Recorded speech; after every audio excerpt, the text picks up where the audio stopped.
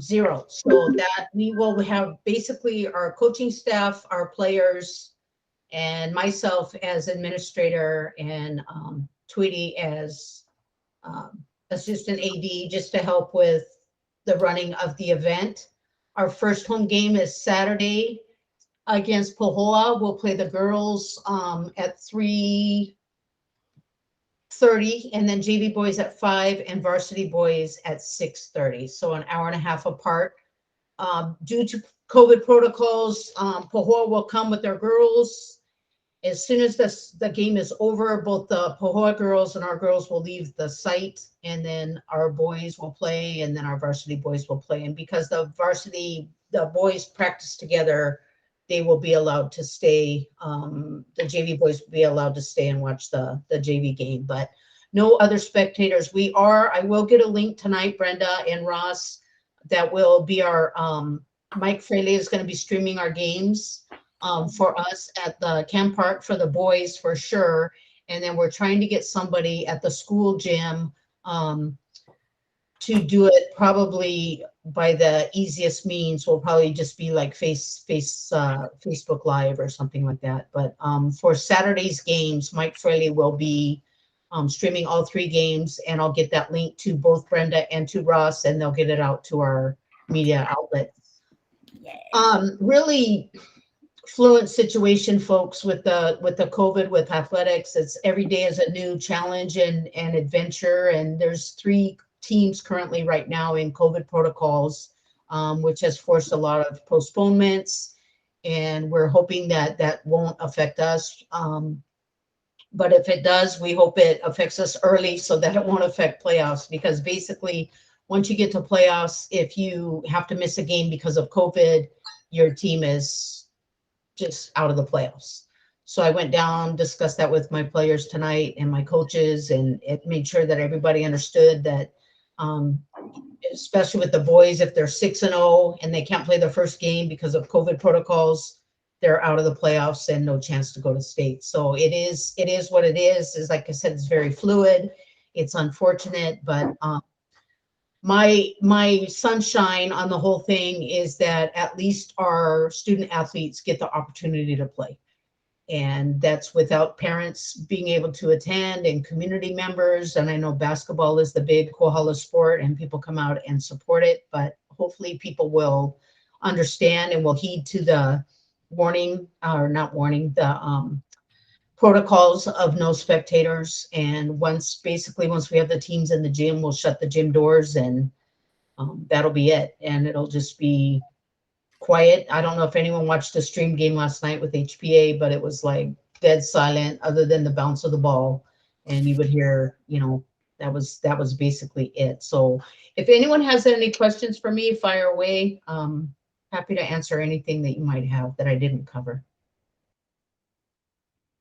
I think one of the biggest confusing things is if a student does test positive for COVID, the new protocols for school is you can come back after 5 days as long as you don't have any symptoms, but the athletic timeline is twice that long. With participating in higher risk extracurricular activities, it's 10 days. So I know that's been a little confusing, but hoping that that's just encouraging for students to be extra safe and follow all of those safety protocols and wearing masks all day at school and that type of thing. So I addressed that with my teams today about their diligence in keeping their masks on and not worn down under their chins, and not to eat off each other's plates, and because this could really bite us in the end. I'm not happy about the additional days for athletes. They already had to be forced to get vaccinated, and now they're forced to sit out twice as long as regular students. But that's what goes along with extracurricular and with the privilege to play, not their right to play. So we're just following all the guidelines to the letter. As I do, I'm black and white. There's no gray with me. So we're doing the very best that we can. TJ had put in the chat about, do players have to wear masks while they're playing? Currently, they do not. Anyone that's actively participating does not need to wear a mask. When they come off the court and they're sitting on the bench, they need to have a mask on.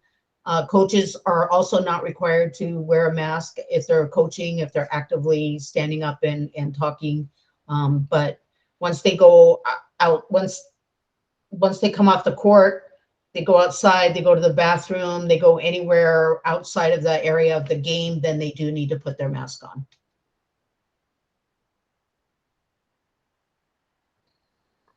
And Laurie, sorry, was there any update with regards to swimming? We currently don't have a swim team, and I know that that has been the big thing with the, pools are chlorinated and all that stuff, but it's still no spectators. So it's basically just the swimmers as when they're swimming, obviously no masks. And when they come out of the pool, they mask up when they're on the deck, just like any other sport. Soccer's the same. Every winter sport is exactly the same. We're hoping that guidelines will be a little bit pulled back in time for spring and maybe by the end of basketball season for playoffs so that people can come out and support the kids. Yeah, because I heard something on the news about they're shutting down Kamehameha Pool. I think that their pool, something's wrong with the pool at Kamehameha Park. So that's kind of like why I asked about swimming. Oh, our park is closed because of it's a parts problem. The filter, they thought it was just a part of the pump that they could fix. And then they found it out that it's the entire filtration system. So it's a massive job. It's tons of money involved. And so they were not going to be able to get the pool up and running for this season. So that's why the pool's been closed.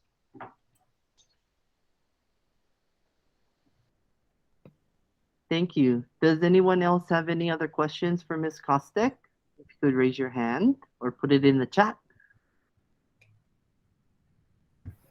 Thanks, Ms. Kostek, for just the streaming thing. I know it's something for us to be able to still watch the game. So thank you for being able to work something out for that. Yeah, everybody's made us jump through a bunch of hoops. I was informed on Monday that they would not honor any of our bus order requests, and so we're flailing with that and scrambling. And I was just able to secure buses for at least our Ka'u trips today, so that we don't have to have parents drive our kids all the way to Ka'u and then not be able to watch the game because of the spectator thing. So it is what it is. We're doing the best we can, and hopefully the community understands that, and the parents understand that, and just everybody cooperates. And I think the most that we can get out there and communicate and get the word out is the most helpful for us. So appreciate all of that. So thanks.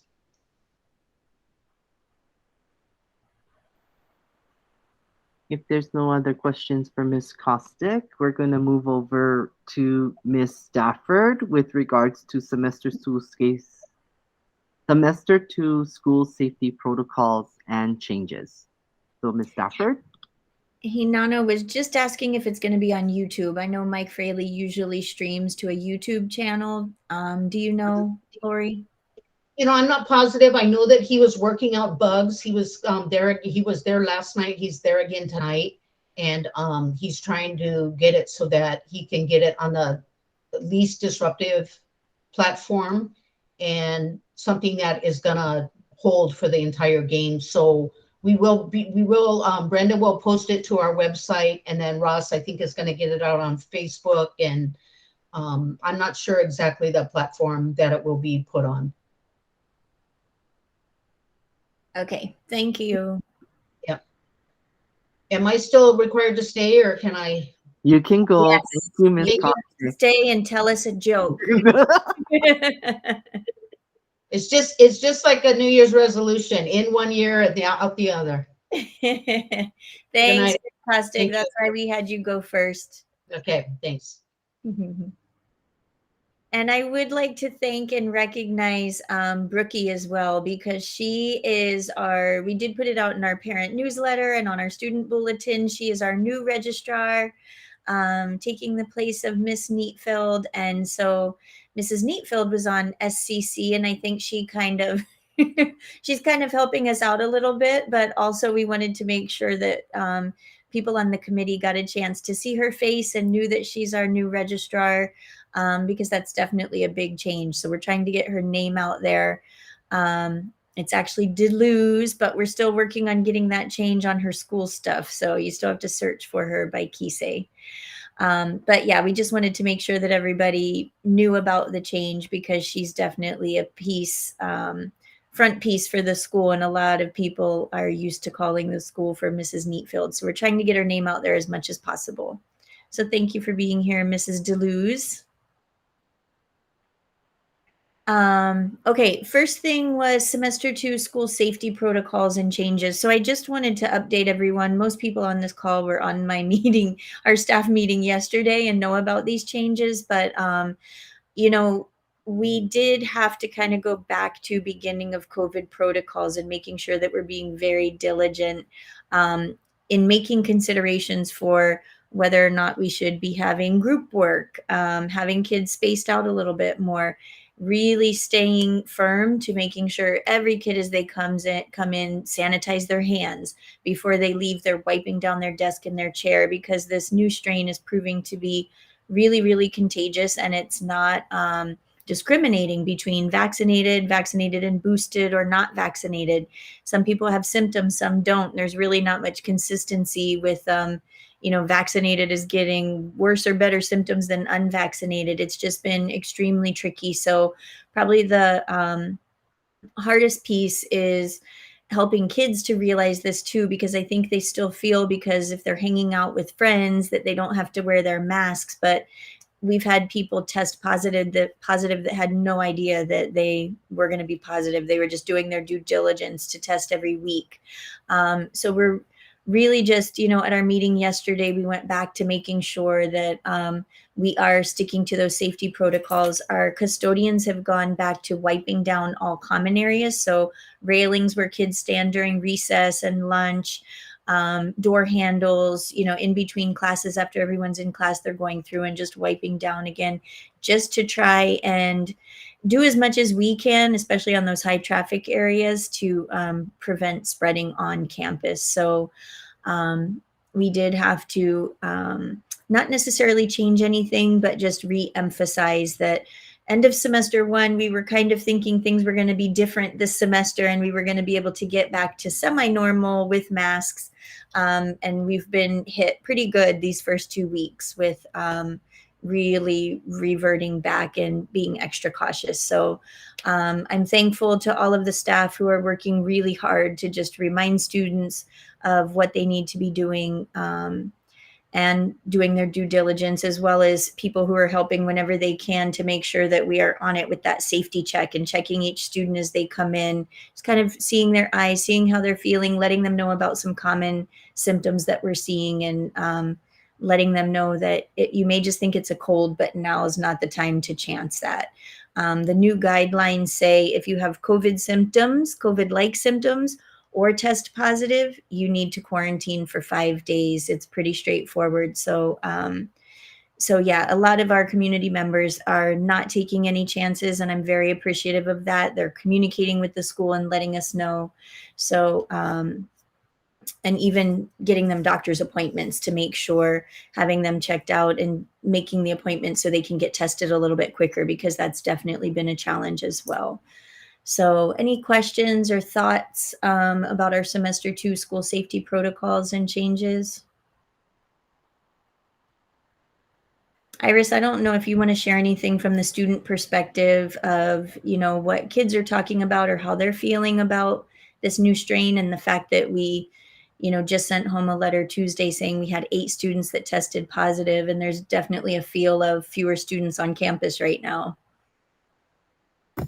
Yeah, I've been hearing, the student perspective as well, and of course my own experience in classes and whatnot, and seeing fewer students in my classes, and again having to really push for like sanitizing before and after, wiping down our tables, like just being so strict about any safety protocols and whatnot.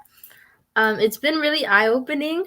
Obviously COVID has been here for a while, and obviously we've been cautious, but right now it's even for me, has felt quite different, especially because I'm seeing classes that are half empty or half full, with so many students missing, and it's weird to be in class now, and just to know that you don't know who you have been in contact with that doesn't know if they've been in contact with somebody else, and it's been interesting. And it's been yeah, it's been weird, to say the least. But students seem like they are really understanding where all the push is coming from, to reinforce all of the rules. So yeah. Thanks, Iris. Yes, Ross. Amy, I have a meeting next Tuesday with Vibrant Hawaii. So I may have an opportunity to get test kits, home test kits. So That would be amazing. I'll keep you folks updated after that meeting to see if I'll be able to get a bunch of test kits so that they can go home. So in case there's a family that needs to test right away for their child, then at least they'll have a test kit for them to use at home. So I'll keep you folks updated on that. But next Tuesday I have a meeting, so I'm hoping that I'll receive test kits for us to give to families to take home. Thank you, Ross.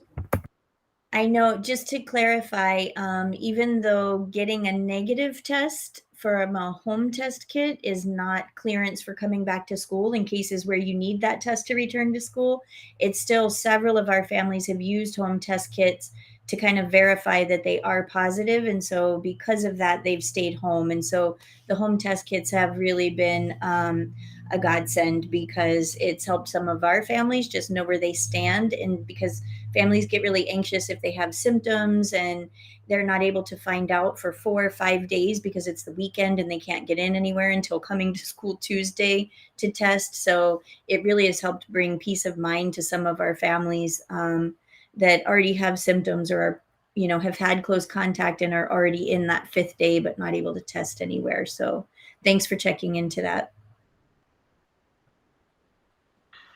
Does anybody else have any questions with regards to our school safety protocols and changes? You can either raise your hand or put it in the chat.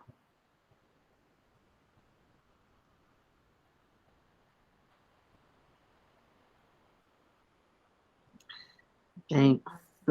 Ms. Stafford, you want to move over to the next item, which is school events update? So when I put this on the agenda, I was hoping to have information about graduation, homecoming, all those events that especially seniors and juniors are looking forward to. And I even had last week, we had a statewide principals meeting, and several principals brought that up, that they were waiting for more information on graduation and for the memos to come out. Unfortunately, as of today, I do not have anything. It was recognized at the state level, though, that day that principals shared, this is something that we're getting calls about, that people need to be able to start making plans for. So I think they felt the sense of urgency that schools were feeling. So I'm hopeful that we'll have something soon, an official memo that comes out. I'm also hopeful that this kind of rise in all of these cases, everything I'm hearing is that the end of January, beginning of February will be better and will give us a better picture moving forward. But we'll just have to wait to see on that. But I am in talks with student council, and we're trying to do some things for homecoming, and we are voting for homecoming court right now. This week, I think it finishes. So I also update on all of that. So we're trying to figure out and find a way that we can still do these events, do these things in a safe way, just to provide that opportunity and that experience for our students as best as we can. So our next focus is on that. And as soon as we have any information, we'll be sure to share it. Brenda's getting information onto a graduation 12th grade Google Classroom, as much information as she can share. So she'll help get that out specifically to senior parents as soon as we get it. Sounds great. So I think we'll move that item into next month, just in case Perfect. we might get a another update in the February meeting. Sounds good. So let's move on to our attendance policy updates. So I think by now most people have heard about our updated attendance policy that we sent out at the beginning of semester 2. Pretty much the only change for semester 2 was our new tardy policy in regards to homeroom. So just in a quick shortened version, our homeroom is only 15 minutes, but the intent behind it was to have students start together with their homeroom, start building relationships, have it be a safe, calm place where you can start your day. And our counselor, Mrs. Henderson, designs social emotional learning activities that are themed each month for teachers to do, including things like just having a mindful minute, mindful Mondays, and things like that.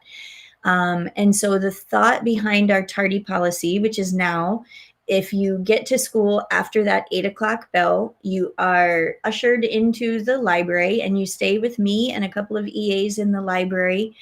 Because what we were finding semester 1 is students who arrived late to school, by the time they checked in, if it was after 8 and they get to their classroom, then they're interrupting that precious short 15 minutes. They're pretty much missing the gist of it anyway. And we wanted them to have a place where we could talk, not disturb the other classes, and try and encourage and help and support them to be able to get to school on time. I know that this is tricky because right now our transportation is limited, and we have, especially Ainakea, I'm finding our families that are having the hardest time getting here on time, or it's my students that are driving themselves. is some of the feedback that I've gotten. And literally some of them, it's 1, 2, 3 minutes. If they would just leave a few minutes earlier, they would make it before that 8 o'clock bell, because we're logging them into the library at 8:03, 8:04. So really we had, I think the third day we had standing room only in the library to have everybody spaced out. There were people at every table, 1 or 2, and then they were spaced out around the library. Yesterday, I think we only had 5. And my homeroom that I had shared with Mr. Henderson, we had been averaging 3 to 5 students in our homeroom each morning. And yesterday he told me we had 100% in perfect attendance in homeroom for the first time all year. So, first semester we did really try to be supportive, make sure people could figure out a way to get to school, work out their routines. We had hoped to have more bus drivers by now, and we don't. And some alternate plans right now. And we're still working on that. In fact, we talked about it again today at our principals meeting. But we're really just encouraging students to realize that there are things that they can do to get here on time. They do have choices. They may not like the choices, like help out the family with the younger ones to get ready for school, or wake up just a little bit earlier. But I did tell them, so this has been working for most. There are some outliers. There's always outliers in that bell curve. And I've encouraged students to come talk to me personally if there's other things that are really just making it almost impossible for them to get to school on time, to come talk with me so we can find out what we can do to support them.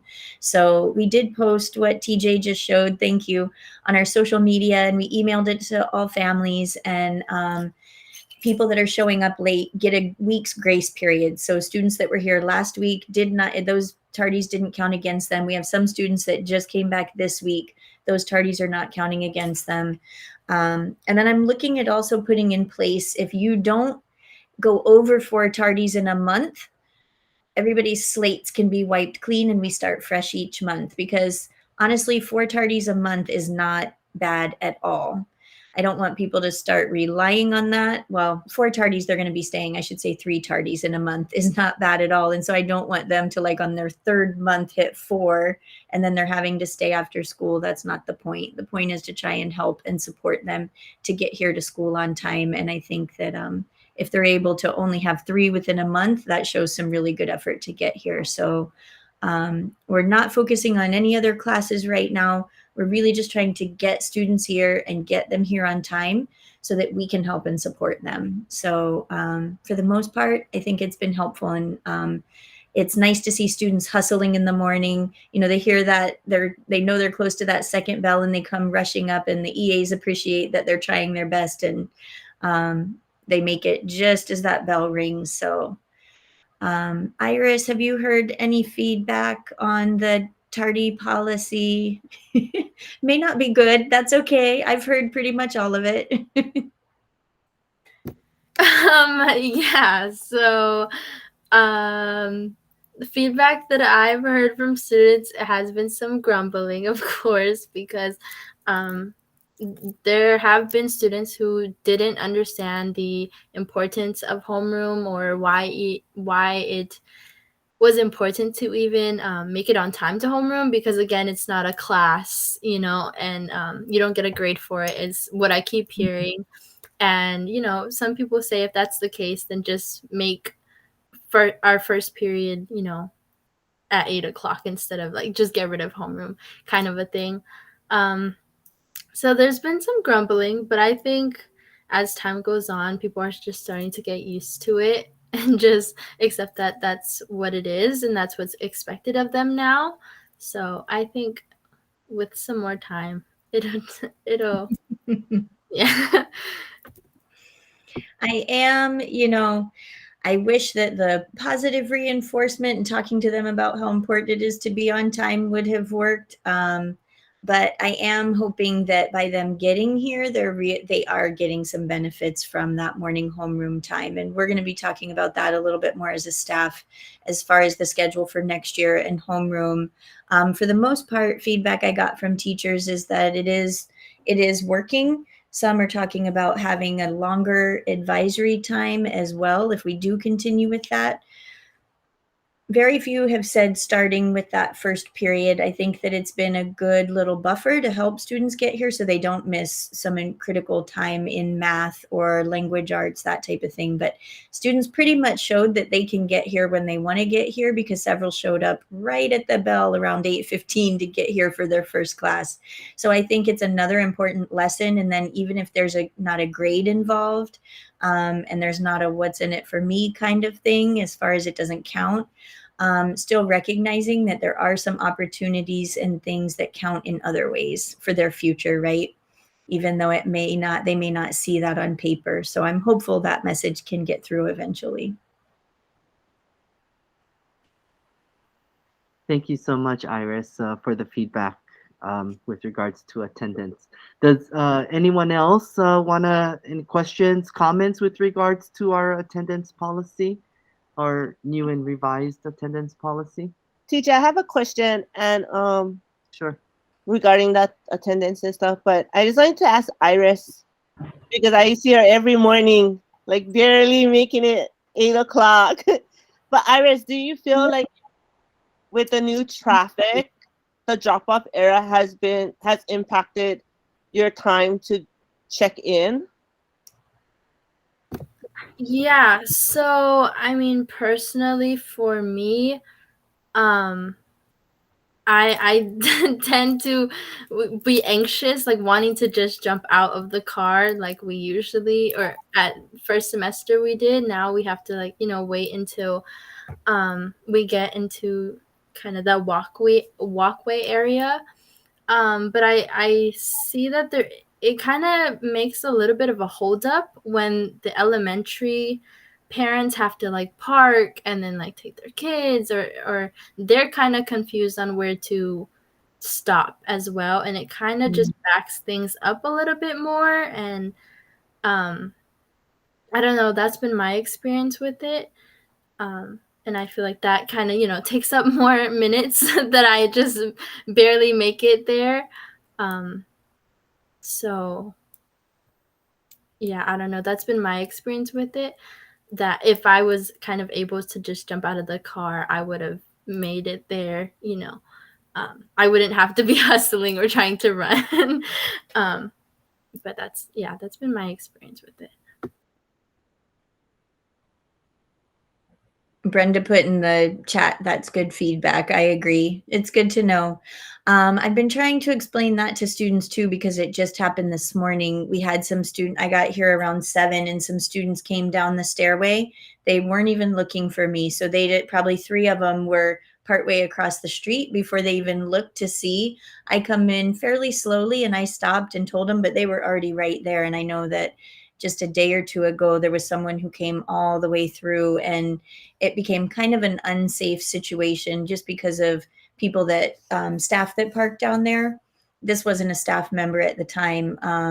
But so that's why we've been having people use the walkway, because it's actually an official crosswalk area and it is lined, and it's a little bit easier to see students as they're coming down those stairs than the stairs that are on the other side of our state car and our vans. So I know it's probably requires leaving a little bit earlier in case there's that backup, especially Ross and I were talking around 7:45. If you get here after 7:45, you could get stuck for a little bit longer because of that traffic. So the hope is too that it won't be so tight. You'll have enough time or be able to leave in enough time that you aren't having to rush when you get here, so that you can slowly make your way to homeroom and be able to start your day in a nice, calm way. So hopefully that'll smooth out a little bit too, because elementary's had some changes during semester 1, but we'll see what we can do to help on that end as well. The one thing that's going to be interesting is when we get our full students back to school, because the count for the vehicles have been super low this past 2 weeks. So it's going to be interesting when we get everybody returning and coming back, because I'm only getting 200, a little over 200 cars coming in the morning. So, and that's normally, the count is usually between 280 and 290 cars coming in. So we're missing a whole bunch of vehicles that normally would come in. So it's going to be, I'm going to keep track of that, because that's going to also determine how students get out of the vehicles in the morning. So I'll keep track of that data for you, Amy. That's a good piece to mention, Ross. Definitely these first 2 weeks back after the break, our numbers have been lower. So as more people come back, the traffic will definitely be heavier.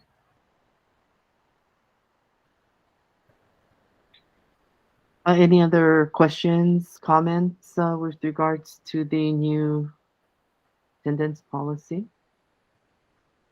Yes, Ms. Swan.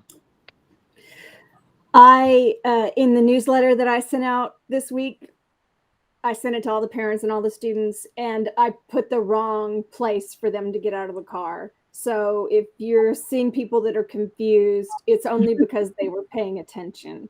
I'm reworking it with Chris to make sure that it's super clear and that it's marked correctly. And I'm going to send that flyer out tonight or tomorrow to all the parents and students again. And just FYI, I did not catch that because I preview the newsletter and give her the okay to send it out. So, but I did want to point out too, Brenda is kind of our secret shopper. So this morning I was talking about how she had her little sequin fanny pack. She was handing out Target gift cards thanks to Ross and Partners in Development. They gave us $10 Target gift cards. So we're picking a magic number each week and a different day each week. So if you see her up there, you might be the lucky number. We're doing like I think today was every 20th student who got to school on time got a gift card. So we're going to keep changing that up to have that positive end, also to thank students for doing some extra work to get here on time. So watch for that each week as well. There's incentives too. That's great. That's such a great idea. Any other comments, questions? Seeing that's none. Next item, family and community school schedule feedback. So I know that we talk about this at some meetings, but I especially, wanted to hear from Iris and maybe even community members as far as it gets a little complicated for us to change our start times or change our end times too much, because we do have a lot of families that have kids at all three schools. But even with the time that we're asking kids to get here, if we don't change our start time, regardless of if it's homeroom or it's a first period or second period, kids are supposed to get here at 8, regardless of what's happening at 8. So just wanted to see if there's any feedback on scheduling or anything that you're hearing from your students or other students that's making our school schedule difficult, or things that you're hearing that they really like. Have you heard anything about PLOs or resource classes and know what that is?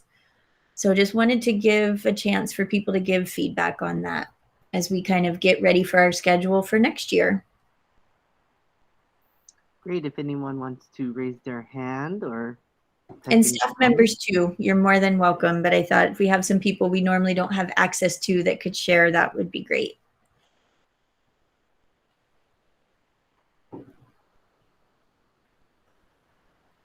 Jessica said possible check-in homeroom at the end of the day. And I did get some feedback papers from teachers. So we're going to go over, Miss DeLuz and I kind of went over some of those today, some of the feedback as we start putting together the tentative master schedule and thinking about what things might look like. Check planners and debrief the overall day if you do it at the end of the day. I think we did talk about that last year. Did we think that kids would ditch? Like right now, kids come late. Are they just going to leave campus? I don't know. It's harder to leave campus than it is to come late for sure, because people are going to notice. The one thing for middle school is that they do a morning homeroom, and then they go back to their homeroom at the end of the day. So to return their Chromebooks for charging and stuff. So I know if they're coming fresh from middle school into the high school, and you do a morning homeroom and then check-in in the afternoon, those students will probably know what that's all about. So, but majority of the students who are already there have been at the middle school, so they had a homeroom in the morning, and then they had a check-in in the afternoon before they went home. That's good to know. Do you know about how long that time is, Ross? I feel like when I was there, it was really short, like shorter. Yeah, than I want to say it was between like 5 or 7 minutes in there, maybe. I mean, I can check with Trisha and check her schedule, their bell schedule now, because they're still doing that. So, but the reason for them going in the afternoon was to go return their Chromebooks for charging, and so that it's ready for the next day for them. There was a lot of feedback on teacher forums as well about having morning PICO. And right now we were specifically told to put those types of things on hold, but that's definitely something that we've been trying to get started here for several years. And unfortunately, since I've been here, it's been COVID times. But I'm hopeful that next year that is something that we'd be able to do to start the day, you know, setting some intentions for the day.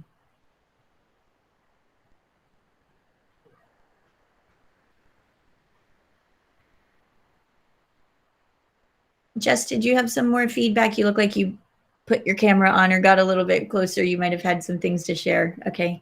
Iris, any thoughts about the schedule from a student perspective? Something that would make things easier, or things that, you know, even feedback on the PLO time or resource classes?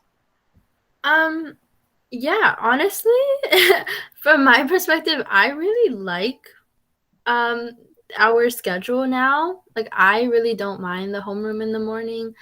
I like you said, I like the buffer between like that and my first period. I know when finals week came around and we went straight to our first periods, I felt almost anxious or like pressured that I had to start working already, and it felt like, oh my gosh, I actually miss homeroom. So I actually do like the buffer, and I like our schedules and how they're set up now. And I think the PLOs are really working for everybody. Personally, as a senior, I don't really have work that I need to work on. I don't really have work for my classes in general. But I hear really good feedback for the PLOs. I think it's really helpful for a lot of students, and if they have to make up any test or work, or if they need help, or if they're just behind or anything, it's been very helpful and effective for a lot of students, and even to where we had to push back our assembly because students really needed the PLO time. That just shows how important those PLO times are to some students. So I think the PLO is good, as well as our advisories, our resources. It gives us more to our schedule instead of just our classes. So I like our schedule now. That's good to know. Thanks, Iris. You have a really great homeroom too. STUCO, it actually worked out great this year that STUCO has that buffer in the morning because they're all in the same homeroom. So if they have spirit weeks and they need to go do counts, they're not missing their own homeroom. They're all together and they're able to plan things during that time or prep for things during that time. That piece has been, I think, really helpful. And then they're also together during PLO time if they need that additional before assemblies and that type of thing. So, or actually it takes the place of assemblies. So they're already together. Any other thoughts or things that you're hearing from students? We are going to have a student focus group this Friday. I'm hoping we have enough kids here to pull it off because everyone that had volunteered is, not everyone, a lot of kids that had volunteered are out for the week or are not going to be back until next week for one reason or another. So Ross and some of his colleagues are going to come in and do run a student focus group with our 9th and 10th graders. And then we're going to do another one at the end of the month with 11th and 12th graders. We tried to make it diverse, half female, half male, get some, really hopefully honest conversations from students because the people who are going to be running it are, I think the kids know and trust, but they're not staff members and not people who are on campus every day. Everything's kept confidential. Names are kept confidential. They just provide us with overall thoughts, patterns that they see, comments that are made, things that are on students' minds, things they like, things they're worried about. So I'm looking forward to that and hoping things go well this Friday. And then we'll be getting notice out to 11th and 12th graders next week that are going to be participating in the one at the end of the month. Yeah, I just want to emphasize no names are shared, just Iris. Yeah. So then if you hear anything about it, you can emphasize that we're not sharing any names with the answers. It's just the answers. And so then the students can feel comfortable knowing, okay, I can say something that I'm concerned about without knowing that their name is going to be mentioned. No one's name is going to be mentioned at all, just answers. And Ross has done this before, and trust me, he does not. He's really good. He does not share where anything came from. So it's helpful for us as well because, we make decisions based on what's best for students, but sometimes we have a whole different perspective on what's going on. So we think we're getting a point across or students know why we're doing something, and that's not always the case. So it's really good. I'm excited to get that feedback next month. Okay. Thank you.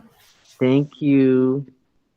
That kind of concludes our new business that we have on our agenda. So let's go ahead and move over to announcements, and I'll turn it over to Iris. Okay, yeah. So STUCO, we have our meetings every Thursday, and right now our agendas are quite full. So right now we're doing a lot of homecoming, just strictly homecoming. That is our biggest focus right now. Trying to be creative, trying to push for as much as we can. I know with what's going on with COVID right now is, making me at least kind of worried to see what kind of limitations, what other limitations we're going to have. But we're trying to work around them and incorporate other ideas and whatnot. So, yeah, I'm pretty sure Mrs. Stafford should have received a few proposals for a few things, and just be ready to be bombarded with more tomorrow and next week. But our biggest plans right now are a homecoming spirit week, the week of the 14th, February 14th, starting on Valentine's Day. And then an assembly on the 18th, Friday.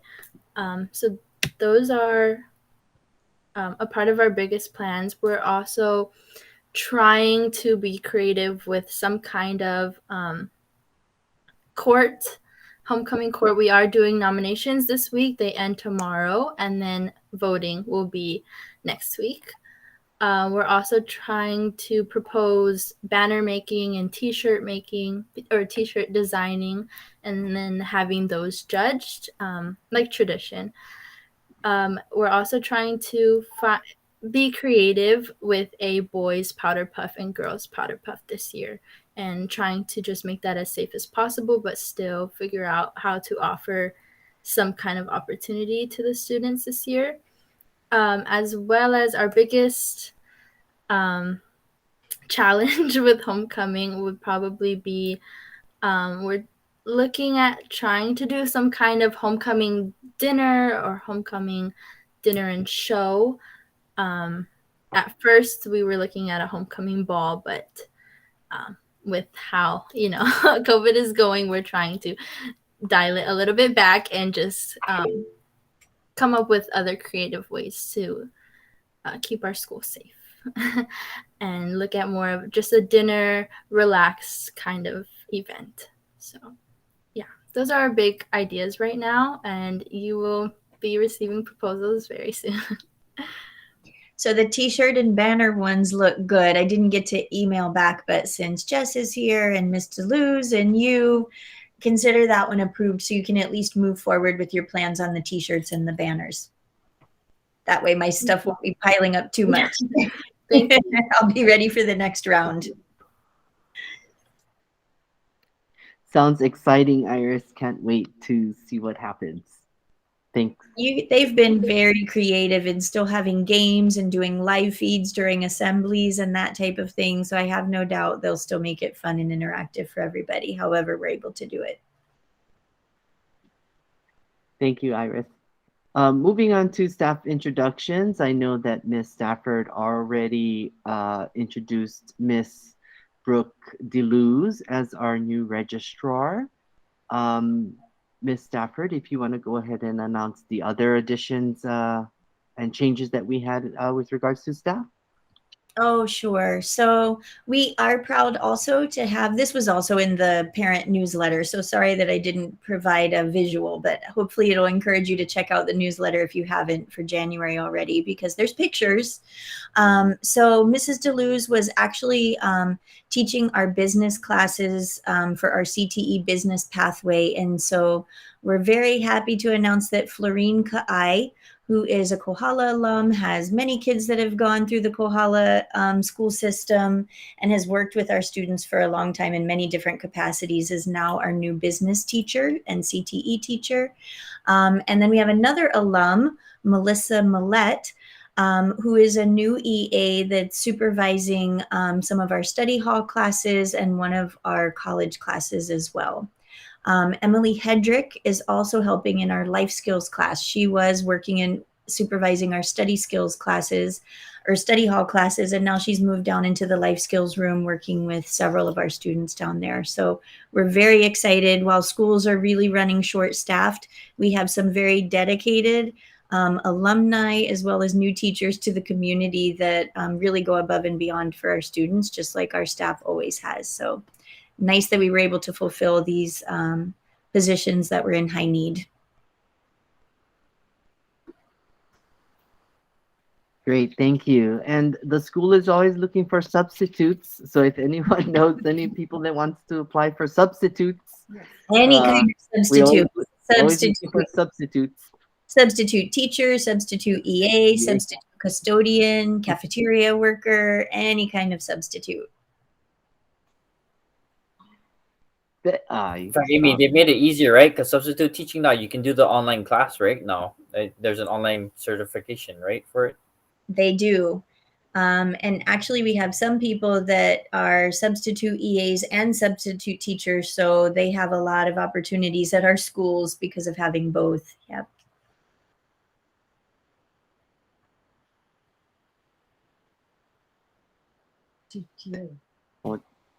Great. That kind of concludes our meeting. I kind of want to leave it open to at this point. If anyone wants to, leave it kind of open. If anybody has any questions, comments, or whatnot, kind of now's the time. If not, looking that our next meeting will be scheduled for Thursday, February 10th, 2022. Right before our big homecoming game. And all the fun starts. So with that being said, if I could get a motion for adjournment, please. I motion to adjourn. Thank you, Ross. It has been moved that we adjourn the meeting. Can I get a second? Thank you, Miss Patel. It has been moved and seconded that we adjourn our meeting. All those in favor, please say aye. Aye. Aye. Bye. All those opposed, nay. Thank you, Crystal. Seeing that there's the ayes have it, the meeting is adjourned. So thanks, everyone. Stay Thank you, safe. Wear your everybody. mask. Aloha.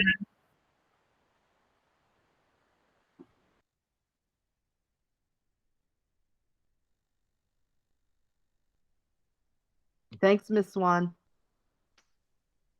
See you later.